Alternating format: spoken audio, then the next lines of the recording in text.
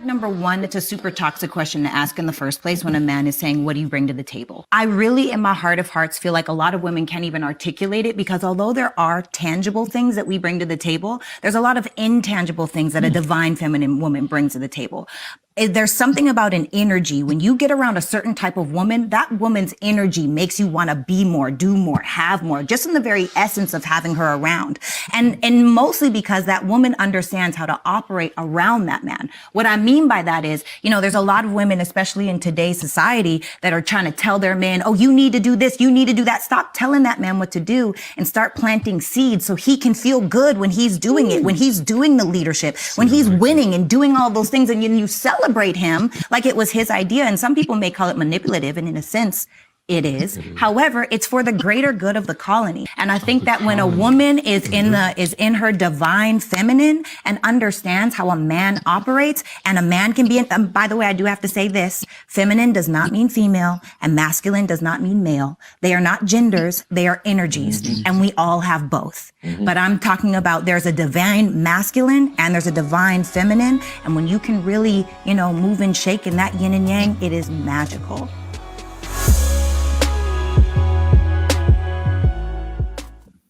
All right, let's go and get into it. Is this true about having a divine feminine woman brings to the table in a relationship? I'm going to go ahead and start with you, Sarah, and elaborate on this. Okay. Where do I even start? I'm interested to hear this one. Well, I know, Sarah, that was you in the video, but I'm interested to see what the women got to say about this one. Yeah, so which part should I speak to? Because I feel like the part where a lot of people are misconstruing or misunderstanding or very passionately agreeing with is the planting seeds portion.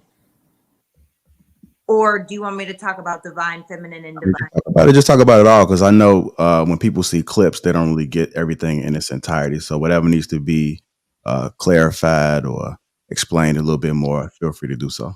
Yeah, so I think that there are we as women, it's challenging to articulate something that we may not understand as an energy. But when you're inside of your divine feminine, there is literally something about that energy that makes you want to be more, do more, or have more. It's the same way like when we were kids and our mom and our dad gave us that look and you knew to stop doing what you're doing. It's the same way when you're in a sport and you have that coach that you really look up to and they tell you to push harder and you push harder. There are just certain people, which is everyone, by the way, but not everyone chooses to tap in. But the people that choose to tap in to that divine energy, both masculine and feminine, there's something about that energy that just makes you want to go harder, do more, be more, have more. And so inside of that, I think that one of the roles as divine feminine is to plant seeds for a divine masculine man. So what I mean by that is, in the video, I said it. I mean, a lot of women are quick to tell their man, oh, you need to be this way, you need to be doing that. That's not effective for a man, because we have to remember men have egos, right? And we can try to play against like it doesn't exist, or a man he's got it all together. Well, he doesn't. The truth is, women see things far differently than men do, and men are the brute. They're the strength. They're the mastermind. They're a lot of the different things. But when you partner that with divine energy, when you partner that with a woman that knows that there's a bump coming in the road that's 5 miles up, and it's like, hey, do you remember where that bump was? Even just asking the question, which is going to put it on the top of his mind, so then he gets to be like, oh yeah, it's coming up, and he gets to avoid that bump so we don't hit it. It's a completely different ball game. And that's why I'm saying it's not necessarily manipulation, inspiration, motivation, whatever you want to call it. It's an energy that makes that person aware of something that they weren't aware of before. And the thing about planting seeds is, what's beautiful about it is, when you plant a seed, you don't know whether it'll grow or not. It's really up to the seed in the dirt. You can water it, you can give it all the sunlight, but if that plant doesn't grow, it doesn't grow.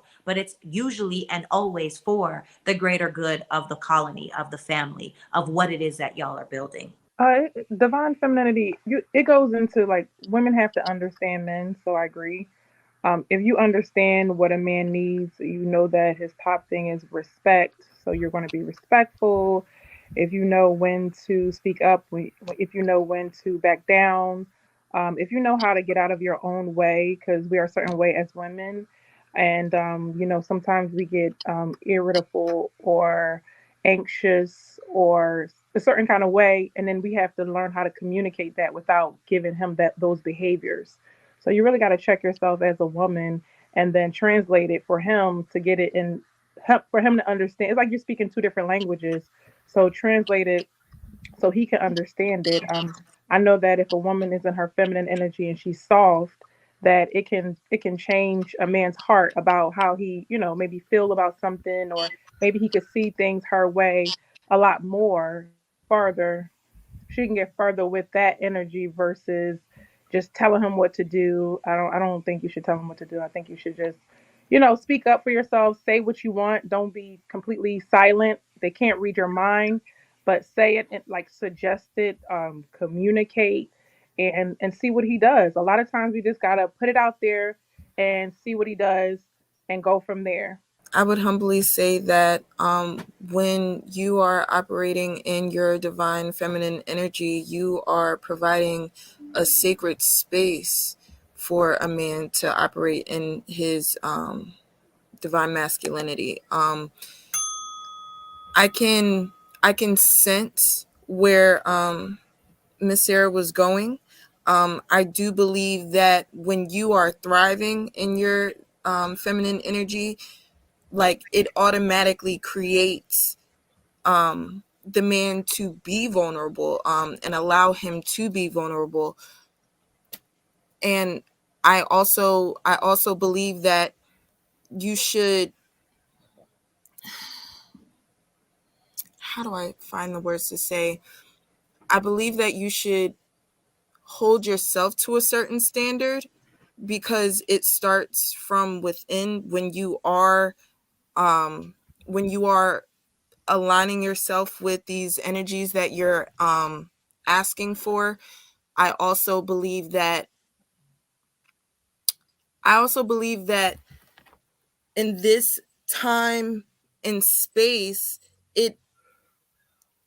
it's most about communication, and like we were speaking in another topic, building trust within yourself in order to allow yourself to have trust for a man, and operate in your highest self. I feel like it depends on how you was raised. I feel like it should be common sense on how you should act. Uh, Especially when it comes down to being with your man. Like I don't know. I feel like it's common sense. Like to me it's common sense on how I was raised and how a man's supposed to be treated. I don't know. I just feel like it's crazy on how people have to people got to talk about like cooking, like what's a woman role, cooking and all that type of shit. I just feel like all that shit should be just common sense to me. How to act, not tell a man, because I wouldn't tell my brother this how you should do things. I wouldn't tell my dad this how you need to do this. I wouldn't talk to them like that. So I most definitely would not talk to my man like that. Now when it comes down to a man on the street, or like I'm a man just up and disrespect me without me like disrespecting him in that way, that's a whole nother story. When it comes down to that, I feel like respect goes both ways. If I talk to you with respect, I feel like I deserve that same type of respect. But in most cases, I would have to let a man know, like I can.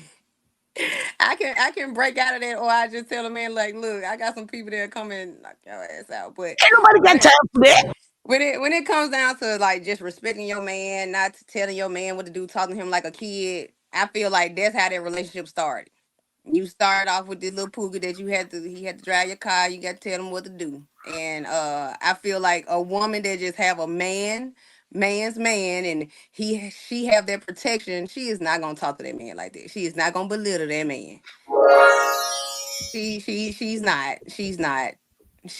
If y'all wife like that or a woman like that, then it tells a lot about the man. If I see a woman disrespecting her man, I'm looking at this man like, what the hell? It ain't even about the woman no more. I'm trying to figure out why your woman arguing with you in public. I'm looking at the nigga. Like, who what kind of man are you? to allow a woman to go off on you or to disrespect you in public or to talk loud and act this way. Now I'm looking at how are you really chose this woman, and then half of the time it be husband and wife. The wife just embarrassing him about a return in the store, just embarrassing this man. He just got his head down, looking like a dumbass. So I'm looking at the man. If I see a woman disrespecting her husband or her man in public, that's what it is. I'm gonna look at the man like that's what you allowed and that's what you want.